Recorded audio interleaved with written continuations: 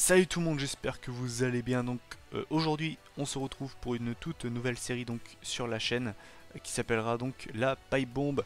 Je vais pas vous faire un dessin, je pense que vous devez savoir en quoi consiste la pipe bomb. C'est tout simplement quand j'aurai en fait un coup de gueule à porter sur le catch, bien évidemment.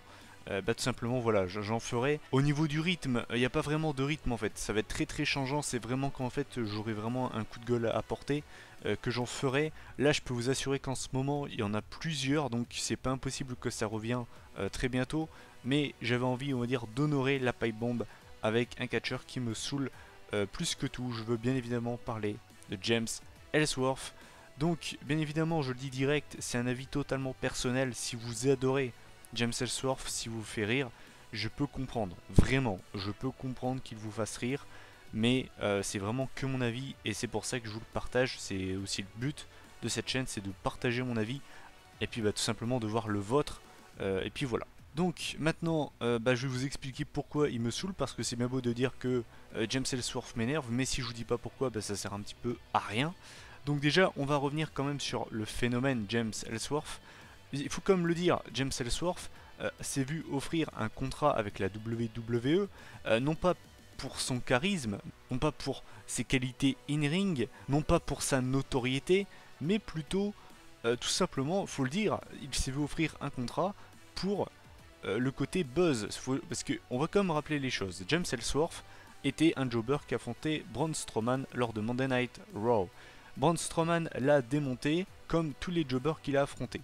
Mais ce qui a fait en fait que James Ellsworth a retenu l'attention des gens, c'est tout simplement sa dégaine, son look. Et du coup, c'est devenu un mème sur internet. Tout le monde en parlait. Il y avait beaucoup de monde qui mettait des hashtags genre Please sign James Ellsworth. Il y a eu énormément de montages. Il y a eu un buzz, on va dire, vraiment assez conséquent concernant James Ellsworth. Et donc, tout simplement, la WWE l'a ramené à SmackDown. Et la WWE a vu que ça marchait, donc du coup, ils ont capitalisé là-dessus en lui donnant un contrat.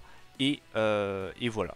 Et en fait, ce qui est assez incroyable avec son image, c'est que l'une des choses qui vous fait dire que je trouve pas ça normal, je veux dire, les gens font ce qu'ils veulent, mais honnêtement, je comprends pas. Pour vous donner un indice, lors de la semaine du retour de Goldberg, donc on va dire la première semaine où les t-shirts à l'effigie de Goldberg étaient en vente, c'est également la même semaine où James Ellsworth avait son propre t-shirt qui était mis en vente.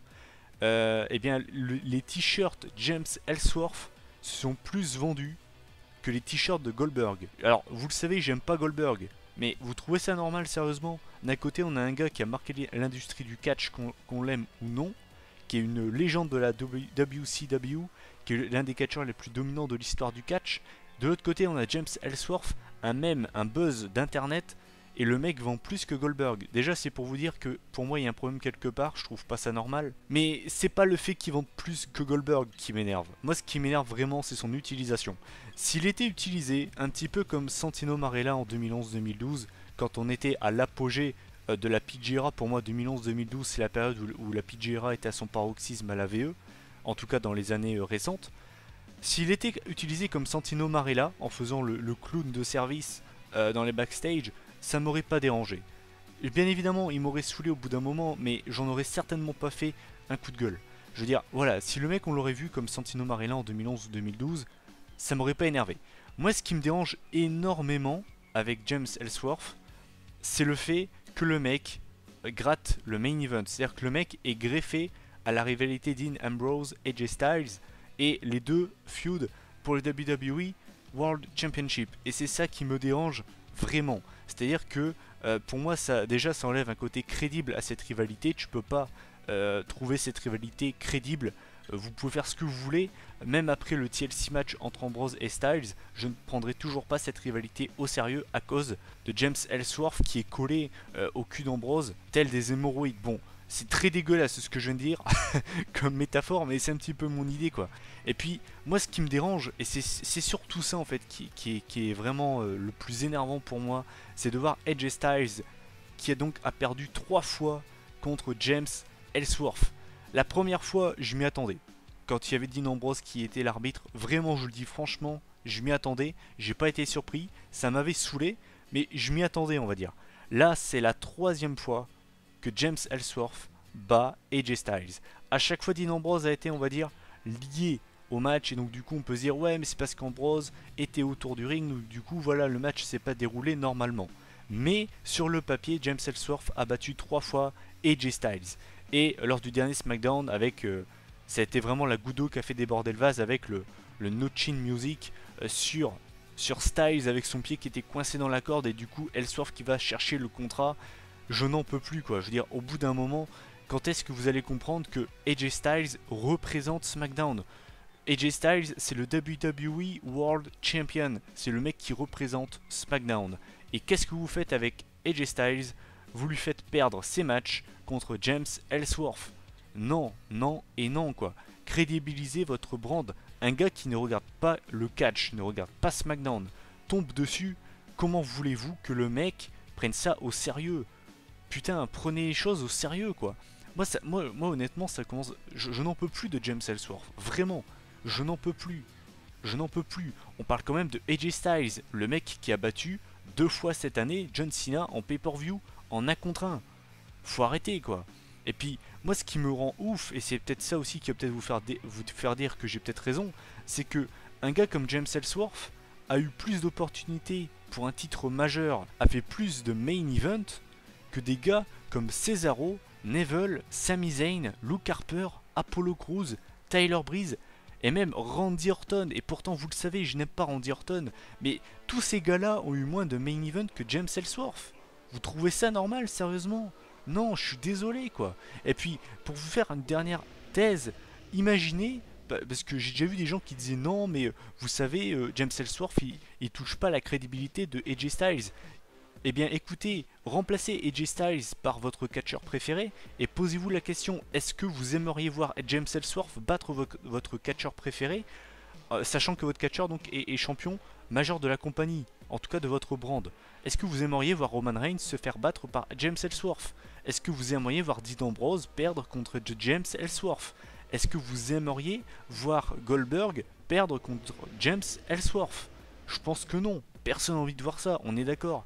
Eh ben moi c'est pareil, je suis arrivé à un point de non-retour avec James Ellsworth, et je le précise, je n'ai rien contre lui, vraiment lui la personne, j'ai rien contre lui. D'ailleurs le mec réalise son rêve, il est signé à la WWE, et c'est génial pour lui. Le mec réalise son rêve, et c'est vraiment génial ce qui lui arrive, vraiment, c'est génial pour lui.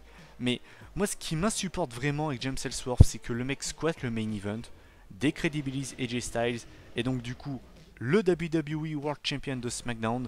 Je veux dire, putain merde quoi, ce titre a une histoire. Vous voyez pas tous les grands champions qui ont eu cette ceinture. Je vais pas tous vous les lister, mais putain merde quoi. Pour moi c'est vraiment craché sur ce titre. Et voilà. Voilà, pour moi le troll a été trop loin. C'est bon. Au début ça m'a fait rire. Je vais pas faire mon faux cul. Au début, les 2-3 premières fois, ça m'a fait rire. Voilà.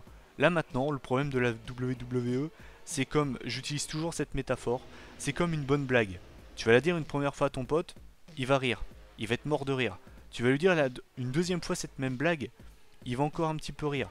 La troisième fois, il va esquisser un sourire. La quatrième fois, il va dire bon, c'est bon, stop. Et la cinquième fois, il va dire ferme ta gueule. Et ben là, c'est ça en fait. James Ellsworth, c'est une bonne blague qui a été trop utilisée. Et là, je suis vraiment arrivé à un point de non-retour avec James Ellsworth. Voilà, vous connaissez mon avis sur James Ellsworth. Maintenant, j'aimerais connaître le vôtre en commentaire. Que vous l'aimiez ou non, j'aimerais vraiment savoir ce que vous en pensez. Et surtout, est-ce que selon vous, James Ellsworth qui bat 3 fois AJ Styles, est-ce que ça touche à la crédibilité de AJ Styles? Du coup, je pense que je vous mettrai un sondage dans la description sous cette vidéo et j'aimerais vraiment que vous y répondiez. Ça vous prend vraiment pas, même pas 30 secondes, c'est simplement oui ou non. Et à la rigueur, vous pouvez également commenter sous cette vidéo pour donner votre avis. N'hésitez pas à la commenter, cette vidéo, vraiment connaître votre avis et surtout à la liker et à la partager. J'aimerais vraiment avoir le plus d'avis possible sur le cas James Ellsworth parce que personnellement, je n'en peux plus. Voilà, et bien écoutez, cette première édition de la Pipe Bomb est terminée.